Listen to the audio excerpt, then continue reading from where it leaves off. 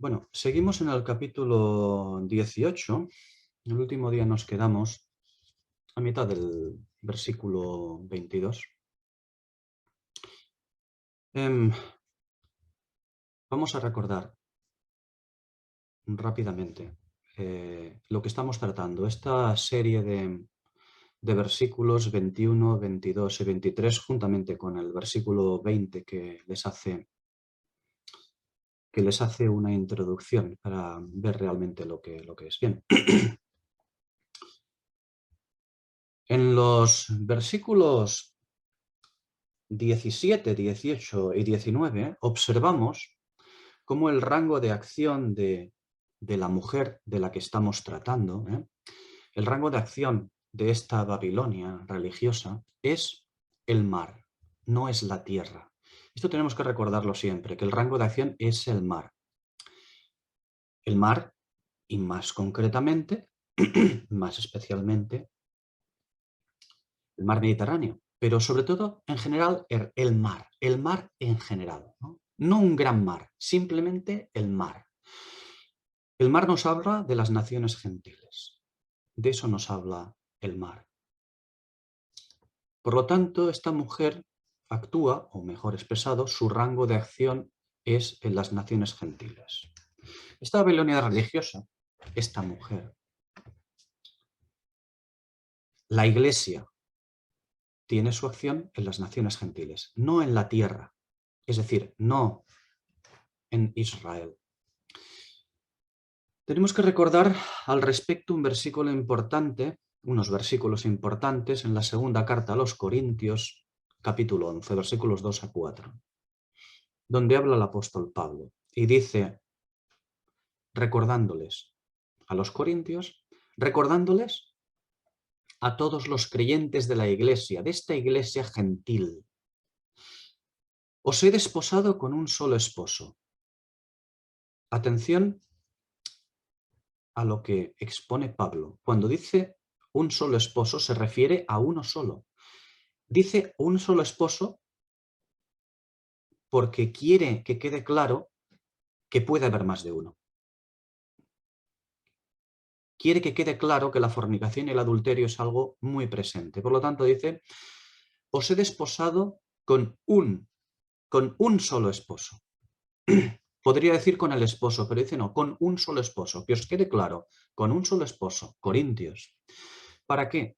Para presentaros como una virgen pura a Cristo, es decir, vestida como nadie fue vestida. Continúa diciendo Pablo, pero temo que como la serpiente con su astucia sedujo a Eva, vuestras ideas o doctrinas sean corrompidas o viciadas. Sean corrompidas o viciadas de la sola fidelidad a Cristo. La traducción que tenemos, veréis que han cambiado algunas cosas. La sincera fidelidad, no. La sola fidelidad. La sola fidelidad a Cristo. Se trata de un esposo, uno solo. Sola fidelidad a Cristo. Porque si viene alguno predicando a otro Jesús que el que os hemos predicado, o si recibís otro espíritu que el que habéis recibido, u otro evangelio que el que habéis aceptado, bien lo toleráis. Es una advertencia importante a los corintios, por lo tanto, una advertencia importante a nosotros, a la Iglesia en general. La Iglesia según su caminar aquí en la tierra. Bien. Al respecto, vimos como en el versículo 20, inmediatamente después de los versículos 17, 18 y 19, que trata de quien está tratando, manifiesta de quien está tratando, de aquella que ha de presentarse como una virgen pura, aquella que es la asamblea, la iglesia. En el versículo 20 de este capítulo 18, lo que dice es, alégrate sobre ella, cielo, y vosotros los santos y los apóstoles y los profetas, porque Dios ha pronunciado juicio a vuestro favor contra ella. Bien, una cosa importante también que debíamos de entender aquí es que la traducción no es ha pronunciado juicio a vuestro favor contra ella. Porque eso da la idea de que el Señor ha hecho un juicio contra la ramera a favor del cuerpo de Cristo. No, no, no es así. No, esa no es la traducción adecuada. Las traducciones nosotros ya sabemos que desgraciadamente pues, están pues, manchadas o influenciadas, vamos a dejarlo en influenciadas, pues por las creencias o doctrinas que tienen los traductores. La traducción es no ha pronunciado juicio a vuestro favor contra ella, sino Dios ha juzgado con vuestro juicio, con el juicio que vosotros habéis hecho de ella. Porque es muy importante que el cuerpo de Cristo, es muy importante que los que disciernen, los fieles, tengan un juicio claro. Y Dios usa ese mismo juicio, el juicio del discernimiento, ¿de quién? De los santos, de los apóstoles, de los profetas. Y aquí no está hablando de, como dicen otras escrituras, mis siervos o sus siervos. Porque sus siervos o mis siervos, en otras escrituras, tiene carácter de creyente o incrédulo. No tienen por qué ser salvados. Ojo. Aquí sí, aquí está hablando expresamente de santos, apóstoles y profetas. Son categorías muy importantes. Por lo tanto, está hablando de fieles. Es lógico, es normal que el Espíritu diga, juzgó Dios por medio de vuestro juicio. ¿Por qué? Porque nuestro juicio es importante para Dios. Nuestro conocimiento, nuestro discernimiento es importante para Dios. A partir del próximo capítulo, 19, pero a partir del próximo capítulo, y el capítulo 20, 21 y 22 sobre todo también, veremos el por qué es tan importante nuestro juicio. ¿Por qué es tan importante nuestro discernimiento? Nuestro discernimiento no acaba con el arrebatamiento o con nuestra estancia en el cielo. Esta idea que dice, o esas doctrinas que dicen que nosotros morimos o somos arrebatados, vamos al cielo y así estaremos siempre con el Señor. No, no se acaba aquí. No se acaba aquí. Es mucho más amplia la doctrina, es mucho más amplia la escritura acerca de esto. Ya lo veremos cuando llegue el momento, porque es importante y largo de explicar cuando llegue su momento y lleguen las escrituras correspondientes, pero hay un motivo para que, mientras que estamos aquí en la tierra, nosotros busquemos plenamente el discernimiento. Porque deberemos hacer uso de ello cuando llegue el momento. Ya lo trataremos más adelante, pero no se trata de que aquí pues o morimos o somos arrebatados, vamos al cielo y allí lo conoceremos todo y lo sabremos todo. No, no, no, no es así. El Señor tiene sus planes para nosotros. Y este discernimiento, este conocimiento de la Escritura, vamos a expresarlo mucho mejor. Este conocimiento divino, conocimiento de Dios, conocimiento de los misterios de Dios, conocimiento de la mente de Cristo, va a jugar un papel importante en nuestra vida, mejor dicho, en nuestra vida cuando ya no estemos aquí. Así que, de momento, la expresión juzgó Dios por medio de vuestro juicio de ella es mucho más correcta que la anterior. Bueno, de hecho es que la anterior no es nada correcta. Dios emite juicio contra ella, contra la ramera, basado en el conocimiento de los fieles, o mejor dicho, en el conocimiento que los fieles tienen acerca de la ramera. Basado en el discernimiento que los fieles deben de poseer. Como nos habla Apocalipsis 13 y Apocalipsis 17. Basado en que la conocen perfectamente y saben quién es y cómo opera esta ramera. Y esta, ahora mismo, aquí, según este versículo, esta ramera ya no es una sorpresa para ellos como sí lo fue para Juan en el capítulo anterior, en los versículos 6 y 7 del capítulo 17. No debe ser una sorpresa. De hecho, ya es tiempo de aprender, ya es tiempo de comprender, ya es tiempo de investigar y averiguar diligentemente como aquellos profetas que escudriñaban qué persona y qué tiempo indicaba el Espíritu de Cristo que estaba en ellos, como dice la primera carta de Pedro en su primer capítulo, ¿no? O como dice el capítulo 9 de Daniel. Porque si discernimos, según el Espíritu, qué eventos y su relación con qué tiempos está escrita cada cosa en la palabra, eso se convertirá en revelación de los misterios de Dios.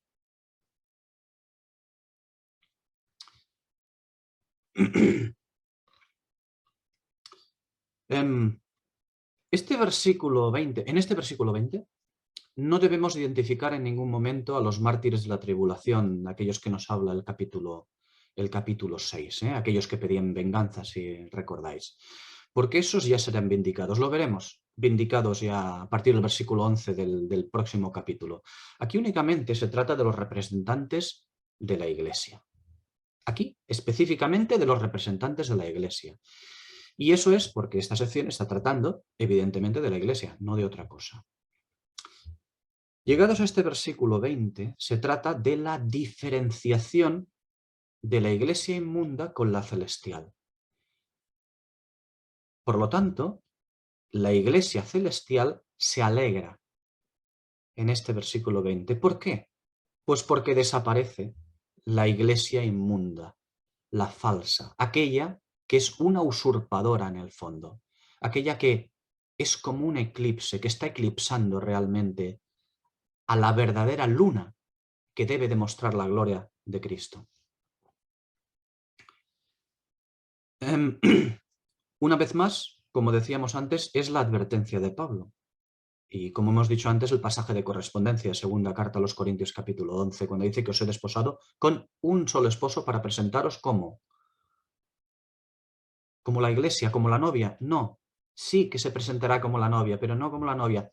Para expresarlo claramente, el apóstol dice como una virgen pura. Por lo tanto, está hablando de categoría de fieles, no de llamados, ni siquiera de escogidos. Se nos llama a fidelidad, a ser fieles. Como decimos al fin, ahora vemos a los fieles que se alegran, pues porque la iglesia ramera ha perdido su lugar. Ha perdido su lugar y su nombre de esposa. Lo ha perdido. Porque estos fieles de este versículo 20 pertenecen al cielo, no están en esa iglesia terrenal. Si os fijáis, se le habla al cielo, alégrate tú, cielo, y aquellos que pertenecen a tu esfera. Son de la iglesia, pero de esa que fue arrebatada antes de la tribulación, de esa que espera paciente que su nombre sea limpiado. Que no haya una iglesia que esté usurpando el nombre que pertenece al verdadero cuerpo de Cristo, porque cuando eso ocurra, podrán ya haber las bodas del Cordero, y la verdadera novia se manifestará. Una novia, por cierto, que no compartirá ya su nombre, bueno, ni su nombre, ni condición con ninguna otra. Y este versículo 20 nos lleva a ese momento, en el que dejará de haber una iglesia en la tierra que comparta el nombre del novio con la legítima novia. Y eso es lo que observamos en los siguientes versículos. Versículos 21, 22 y 23. Bueno,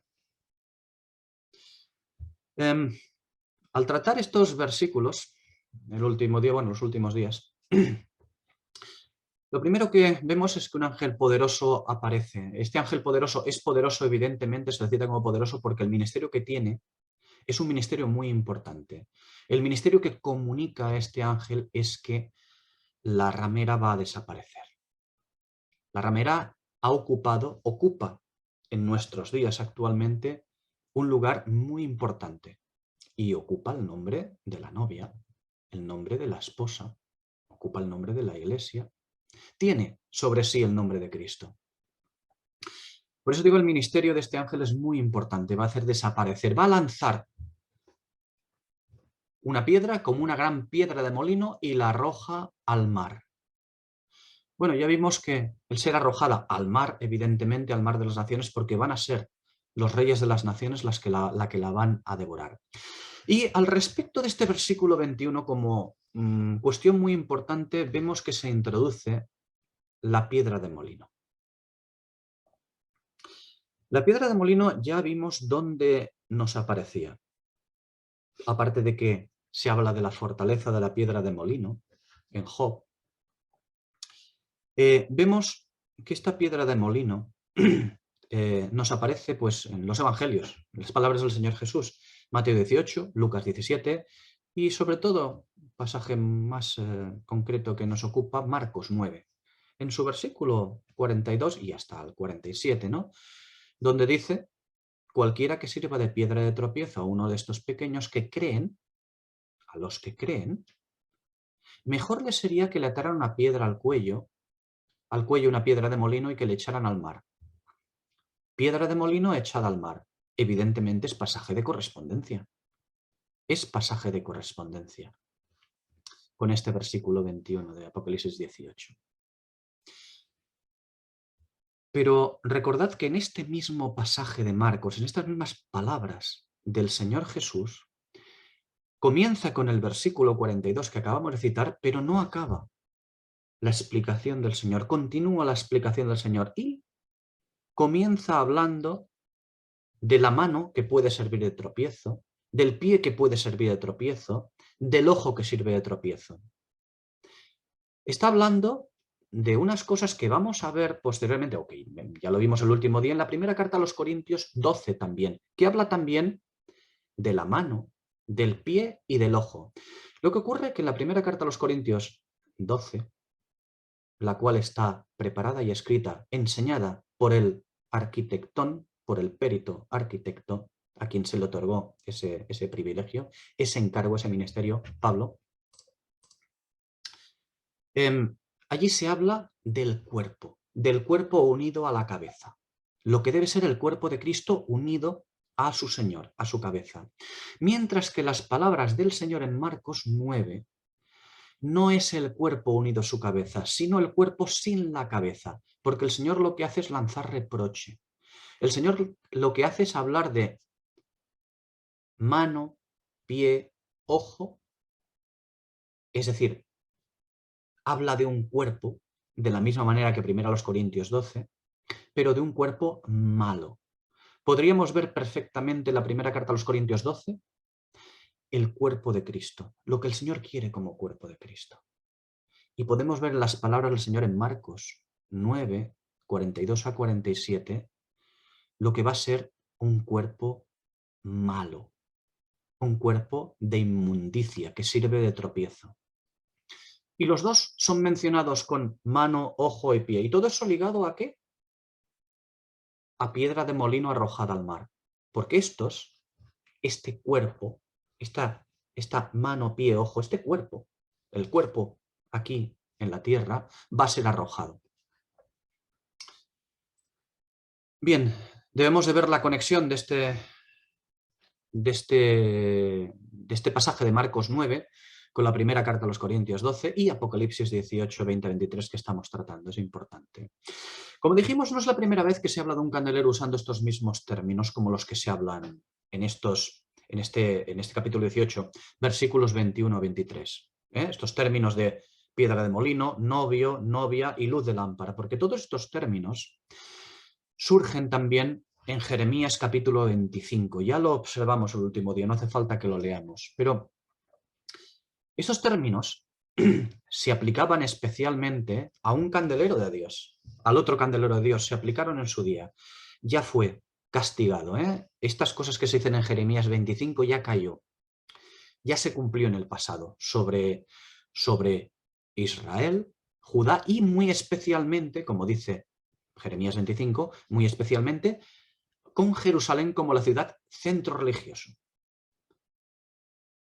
Es decir, se trata de que cayó sobre un candelero. Eso ya ocurrió, pero ahora se nos vuelve a abrir estos términos.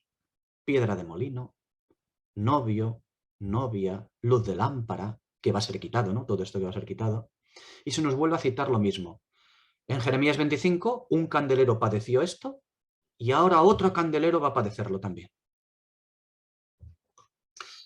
Bien, con todo esto creo que queda suficientemente claro, con todas estas maneras de expresarse la escritura y de cuando abrimos la escritura lo vemos, ¿no? Comparamos los pasajes.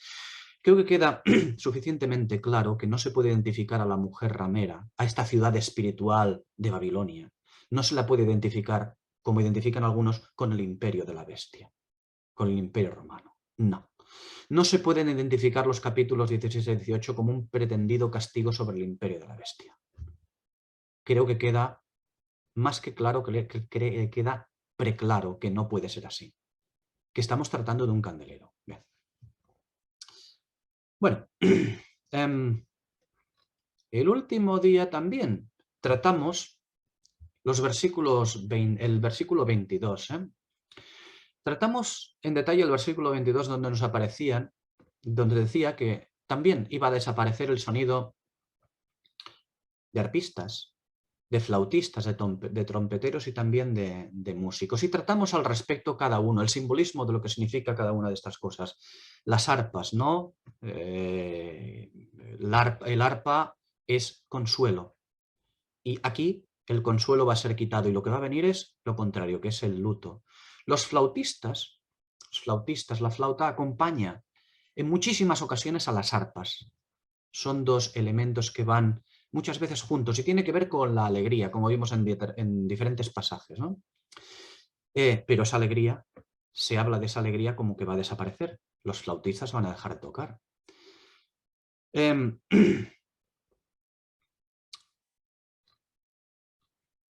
Y bueno, vimos también la trompeta, lo que significa la trompeta, ¿no? Pero bueno, vimos que las arpas, flautas y trompetas las vimos relacionadas con lo que tienen que ver con su terreno, con el terreno de bendición. Y el terreno de bendición, cuando lo hemos visto, cuando lo vimos el último día, tiene que ver siempre con discernir las escrituras. Y al respecto tenemos un pasaje que es incluso más esclarecedor que Isaías 5, y eso es 1 Corintios 14, donde se nos habla de la suprema importancia de entender adecuadamente la escritura, ya que sin entender la escritura, desgraciadamente, estamos abocados a la inmundicia. 1 Corintios 14, versículos 7 y 8, donde dice: ciertamente las cosas inanimadas que producen sonidos como la flauta o el arpa, si no dan distinción de notas, ¿cómo se sabrá lo que se toca con la flauta o con la cítara, con la arpa? Y si la trompeta da un sonido confuso, ¿quién se preparará para la batalla? En fin, flauta, arpa y trompeta deben dar sonidos claros, es decir, divinos. No son elementos creados para confusión, no son elementos creados para dar sonidos humanos, que es lo que hace la Odisea, lo que hace la ramera. Usarlo para dar sonidos humanos, porque eso es inmundicia, es mezcla. Bien, dijimos el último día también que además teníamos, además de arpistas, flautistas y trompetero, teníamos a los músicos, una categoría especial. Ya vimos en Amós 6.5 cómo se habla mal de los músicos, aquellos que inventan instrumentos musicales como David, pero estos no son para Dios, sino para su concepto humano de Dios. Es una categoría mala también, aquí en la escritura, en este pasaje. Y bien, directamente nos quedamos a la mitad del versículo 22, el último día.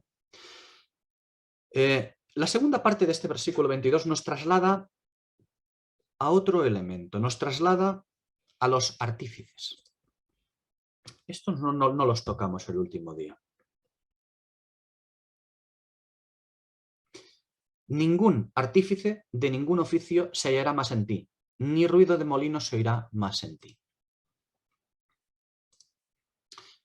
Bien, excepto Hebreos 11.10,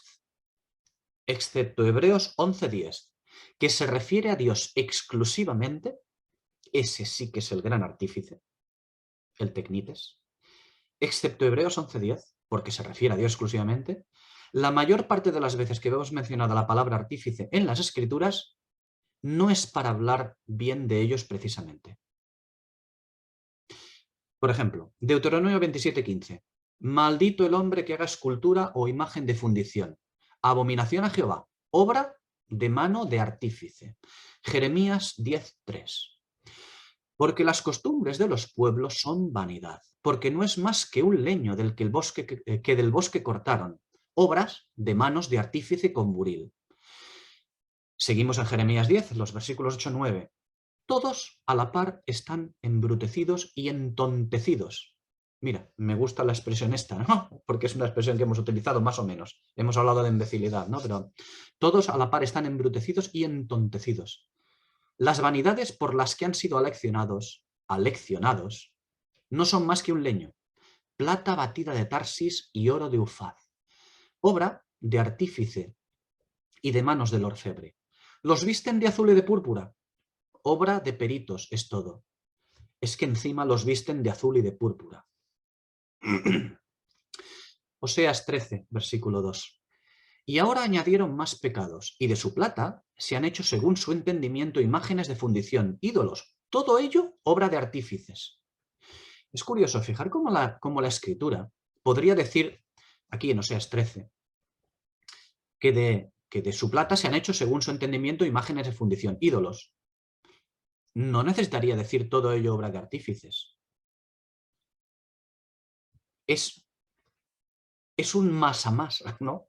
No es necesario. Pero la Escritura lo incluye, el Espíritu lo incluye. Sabía el Espíritu que necesitaríamos, muchos siglos después, necesitaríamos también esta Escritura.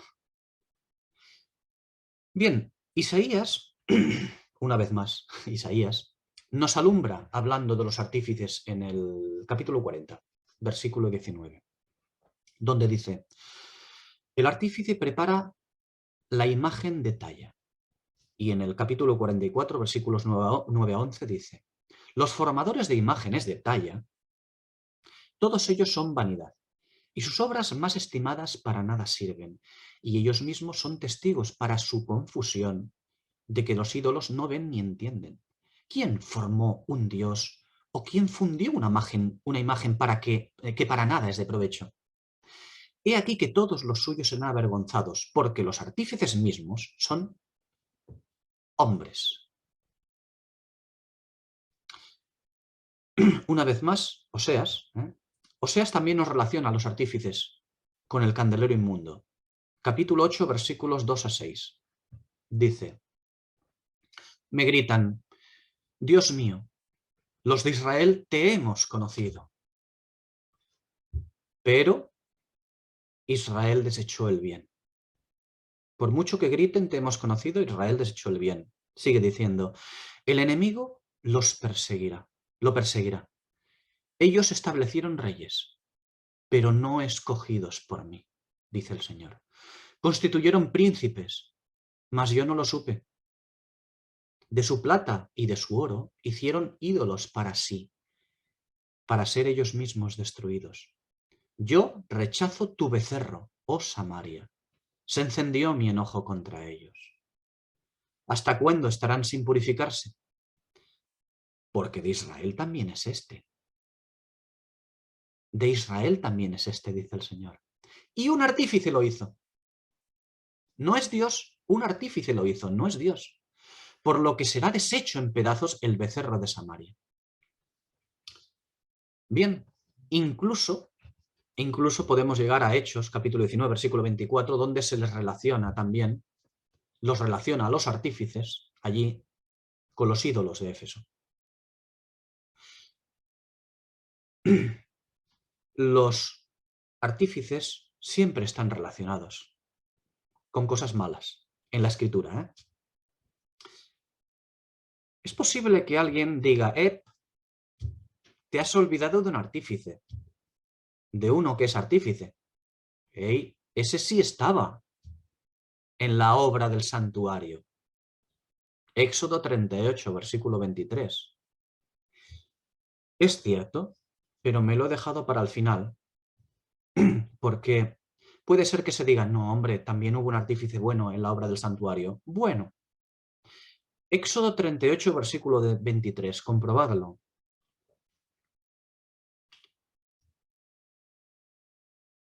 Es cierto que un artífice lo tenemos en la obra de santuario de Éxodo 38, versículo 23.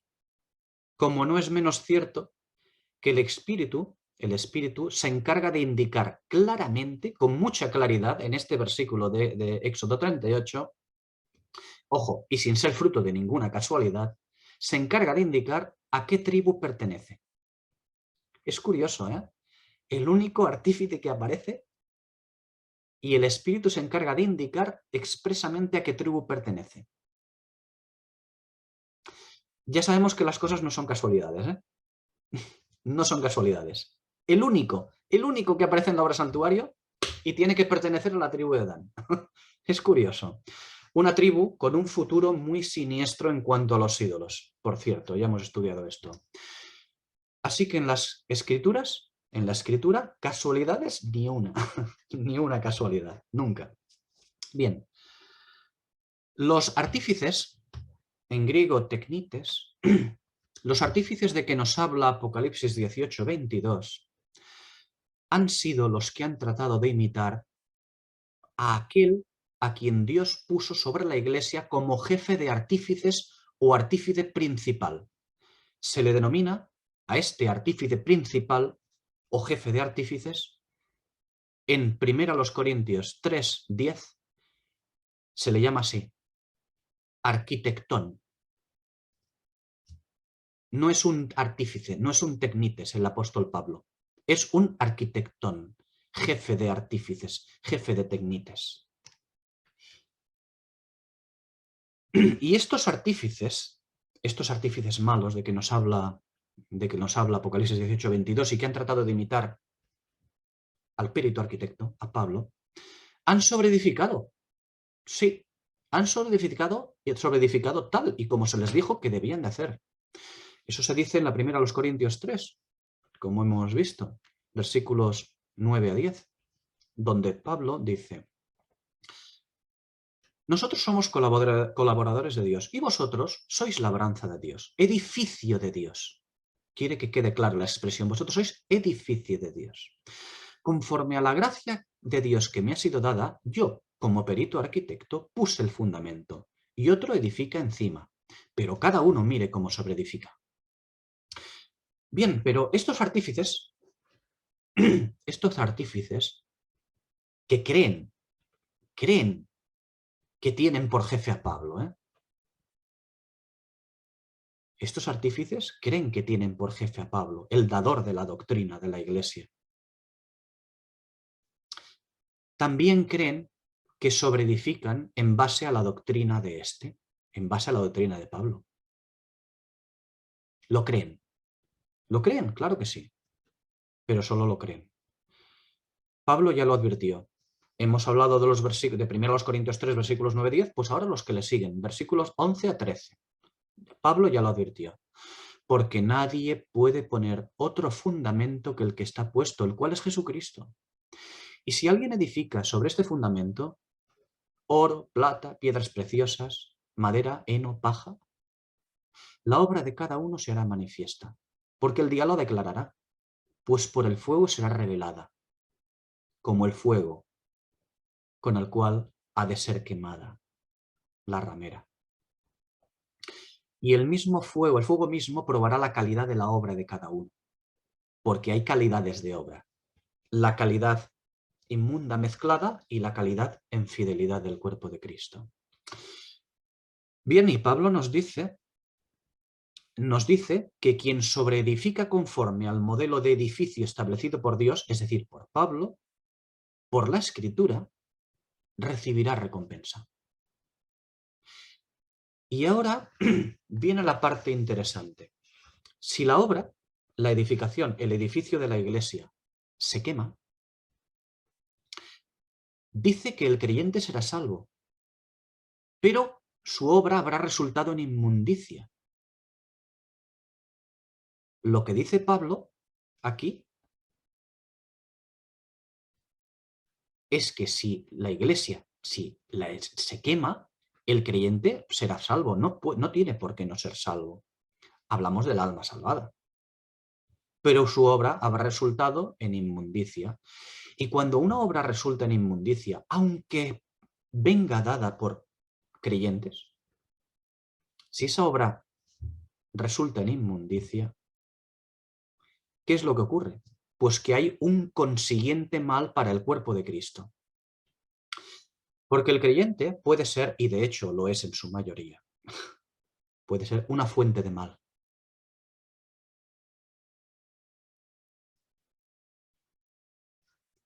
Una fuente de inmundicia que arruina el cuerpo y lo convierte ¿en qué? ¿Lo convierte? Lo convierte en Éfeso, en Esmirna, en Pérgamo, en Tiatira, Sardis, Filadelfia y la Odisea. Lo convierte en eso. En un cuerpo aquí en la tierra que abandona su dignidad. Bueno, cree que no la abandona, pero lo ha mezclado todo. ¿Por qué? Porque ha fornicado. Lo convierte en un cuerpo en la iglesia que será quemada a fuego. Y no para purificarla, no. No para purificarla, sino para ser humillada, para ser comidas sus carnes y finalmente para ser vomitada de la boca de Dios por mano de los reyes de la tierra. ¿Y eso por qué? Por ser fornicaria, por ser ramera y madre de rameras, asimilada a la misma Babel de Nimrod. Y ahora, para finalizar el versículo, ya hemos tratado de los tecnites estos, de los que se creen, los tecnites, los artífices, los que siguen la doctrina de Pablo y nos la van dando, nos la van repartiendo. Pero ahora vamos a tratar, para finalizar el versículo, vamos a ver el ruido de molino. Cuando habla este versículo 22 de que no habrá tampoco ruido de molino en ella. Dice Jeremías 25 también. Y haré que desaparezca de entre ellos la voz de gozo y la voz de alegría, la voz de desposado y la voz de desposada, ruido de molino y luz de lámpara. También, no solamente habrá una piedra de molino que será echada al mar, también desaparecerá, dice aquí, ruido de molino. Fijaos, Jeremías 25 ya lo decía, lo usaba. Como veis, este versículo de Jeremías incluye cosas pues que veremos en el próximo versículo, cuando tratemos el versículo 23. Esto es porque todo forma parte de la sentencia de un candelero. Y en época de Jeremías ya sabemos que no existía más que un candelero. Es más, no había vestigios. Ni siquiera había vestigios de que tuviese que erigirse otro candelero diferente al de Jerusalén, en base a los pactos establecidos por Dios. No tenía que haber ningún otro. Si alguien quería acudir a Dios, no hablo de aquella época solamente, sino de aquella época y todo lo que tenía que haber venido hasta el fin de los tiempos desde esa época. Todo el mundo tenía que haber judaizado. Debía de haber sido así. Bien.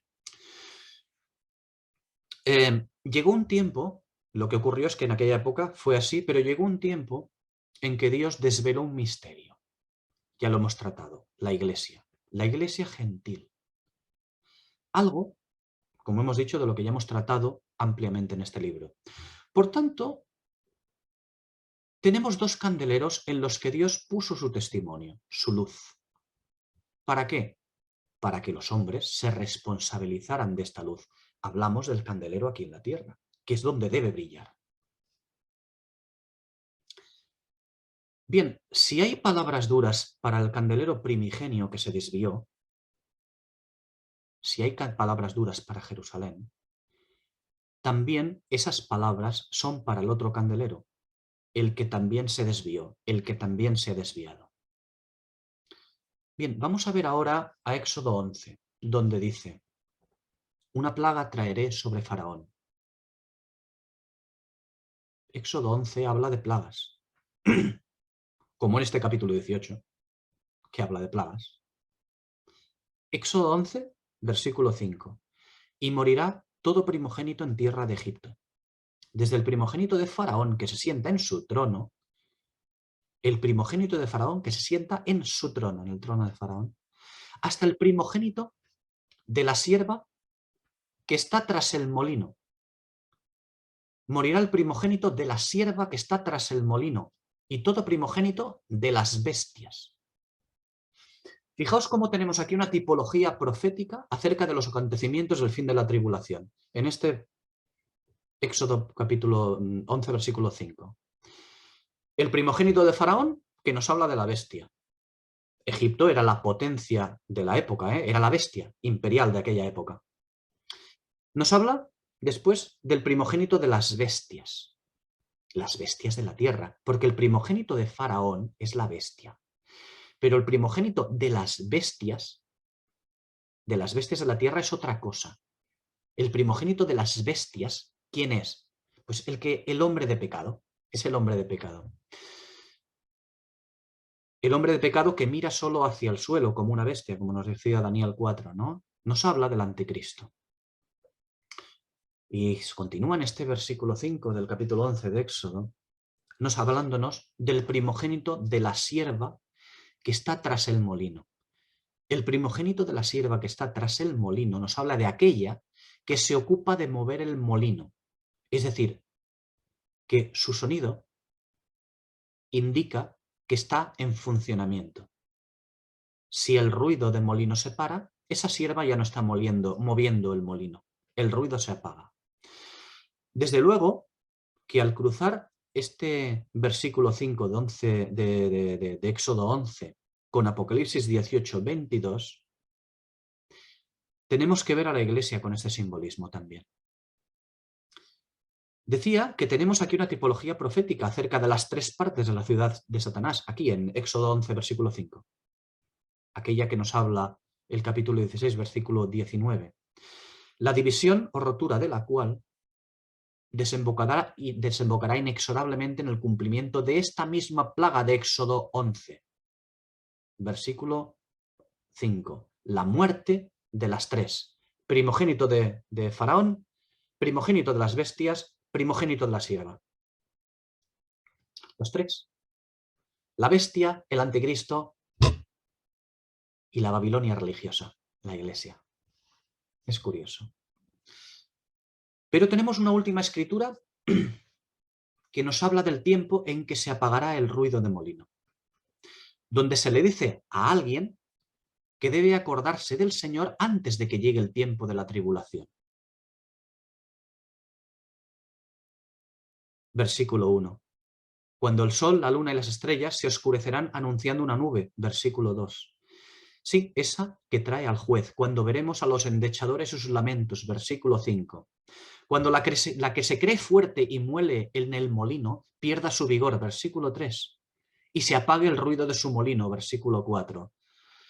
Y esa escritura de la que estamos hablando acaba su discurso ensalzando la enseñanza de la escritura como único medio de sobrevivir a todo ese mal. Versículos 8 al 14, haciendo hincapié en que esa enseñanza debe provenir de un único pastor, versículo 11, no de dos. Esta escritura es Eclesiastés, capítulo 12.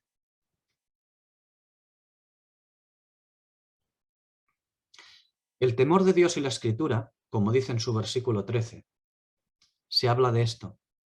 ¿Ante qué? Ante el juicio inminente. Se advierte. Versículo 13, sobre todo, temor de Dios y escritura. ¿Ante qué? Ante el versículo 14, lo que viene, el juicio inminente. Vamos a leer este capítulo 12 de Eclesiastés. A veces, bueno, o siempre se nos ha hablado como, mira, una lección de vida, de lo que es vanidad y debemos de alejarnos y tal. Sí, nadie niega lo contrario. Pero, como hemos visto ya muchas veces, la escritura está plagada de cuestiones proféticas, de anuncios proféticos. Vamos a ver Eclesiastés capítulo 12. Acuérdate de tu Creador en los días de tu juventud, antes de que vengan los días malos y lleguen los años en los cuales digas, no tengo en ellos contentamiento. Claro. En los días de tu juventud, antes de que venga el tiempo de la tribulación. Los días malos. Sigue, antes, porque está hablando de la tribulación, antes de que se oscurezca el sol y la luna. Perdón, el sol y la luz, y la luna y las estrellas, y vuelvan las nubes tras la lluvia. Sol, luz, luna, estrellas, y tras la lluvia lo que vendrán serán las nubes. Ahí, cuando venga aquel montado en la nube. Cuando temblarán los guardas de la casa y se encorvarán los hombres fuertes y cesarán las que muelen porque habrán disminuido y quedarán oscuras las que miran por las ventanas. Y las puertas de afuera se cerrarán, se apagará el ruido del molino. Cuando se levantará a la voz del ave y todas las hijas del canto serán abatidas. Cuando las alturas causarán vértigo y habrá sustos en el camino, mientras florecerá el almendro y la langosta estará grávida, el deseo se perderá. Porque el hombre va a su morada eterna y los endechadores circularán por las calles. A llorar todo el mundo. Antes que el cordón de plata se quiebre y se rompa el cuenco de oro, y el cántaro se quiebre junto a la fuente, y la rueda sea rota sobre el pozo, y el polvo vuelva a la tierra donde procede, y el espíritu vuelva a Dios que lo dio. Vanidad de vanidades, dijo el predicador, todo es vanidad. Y cuanto más sabio fue el predicador, porque esto no es un mero relato, tiene un propósito todo esto, toda esta explicación.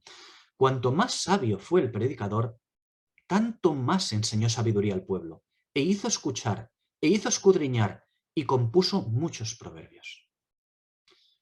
Procuró, se esforzó, procuró el predicador hallar palabras agradables y escribir rectamente palabras de verdad. Bueno, estas agradables en la traducción podríamos hablarlo como palabras sanadoras, ¿eh? Pero bueno. Sigo en el versículo 11. Las palabras de los sabios son como aguijones y como clavos hincados son las de los maestros de las congregaciones, dadas por un solo pastor. Uno solo, no dos, uno solo. Dadas por un solo pastor. No dice dadas por un pastor, dice dadas por un solo pastor. Uno solo, nunca dos, como dice Pablo en la primera carta a los Corintios que hemos leído anteriormente. Ahora, hijo mío, además de esto, estate sobre aviso. Es decir, atiende bien lo que voy a decir. Nunca se acaba de hacer muchos libros y el mucho estudio es fatiga de la carne. La conclusión de todo el discurso oído es esta. Teme a Dios y guarda sus mandamientos, su palabra, la escritura, porque esto es el todo del hombre. ¿Por qué?